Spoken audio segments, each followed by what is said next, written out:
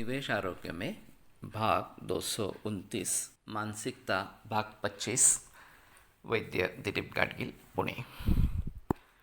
तो मानसिकता बदलाव के कई उदाहरण इस प्रकार से मिलते हैं और सच्चे रूप में ये कहाँ कहाँ हम किस किस प्रकार से प्रयास करेंगे ये बताना काफ़ी मुश्किल है।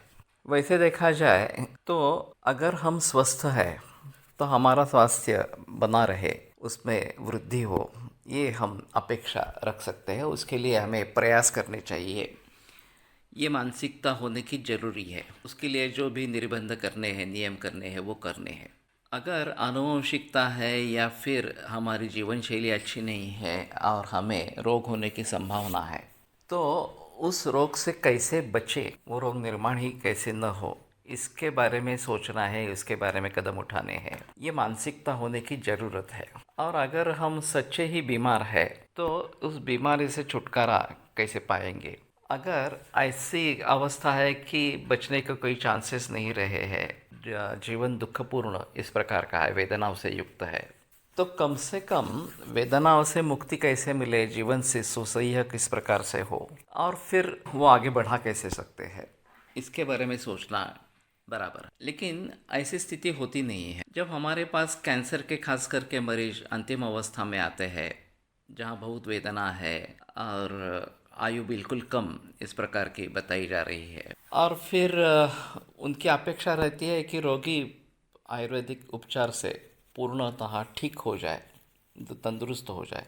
तो मैं पूछता हूँ, आपने एलोपैथी के डॉक्टर को पूछा क्या और केमोथेरेपी के सुझाव मिले हैं या केमोथेरेपी करने के बाद वो ठीक हो जाएगा, ऐसा डॉक्टर बोलते हैं क्या? तो बोलते नहीं नहीं, उन्होंने तो बता दिया कि इस प्रकार का कोई होने वाला नहीं, लेकिन दूसरा कोई चारा नहीं है, इसलिए केमोथेरेपी करनी है इस प्रकार से।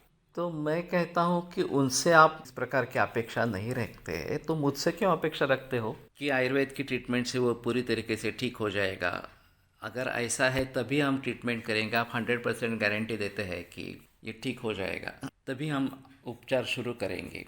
कोई भी प्रामाणिक डॉक्टर वैद्य हो तो कभी भी इस प्रकार का आश्वासन नहीं दे सकता। तो मैं भी कहता हूँ कि ठीक है, आपको अगर उपचार करना है तो करो, नहीं तो आपकी मर्जी। इस प्रकार से हम अपना उद्दिष्ट सीमित कर सकते हैं कि पहले ये वेदना वगैरह से कुछ हद तक तो मुक्ति मिल जाए और जीवन सुसह्य इस प्रकार का हो जाए, और फिर आगे चलकर जीवन कैसे बढ़ा सकते हैं इसके बारे में सोचना है। और जब ऐसी स्थिति आती है कि हाँ, हमने काफ़ी मार्ग तय कर लिया है, अब कैंसर पूरी तरीके से मिट सकेगा नहीं मिट सकेगा इसके बारे में सोचना है, वो कैसे मिटे इसके बारे में सोचना है। लेकिन शुरू से ही अगर हम कहते हैं कि नहीं नहीं, हमें पूरा ठीक होना है, वह वो हो सकता है तभी ट्रीटमेंट करेंगे, नहीं तो ट्रीटमेंट नहीं करेंगे, तो इस मानसिकता में बदलाव लाना बहुत ज़रूरी इस प्रकार का है। तो ऐसे बहुत सारे गलतफहमियाँ, ऐसे बहुत सारे माइंडसेट है जिनमें बदलाव लाने की ज़रूरत है। ये बहस ऐसी ही चलती रहेगी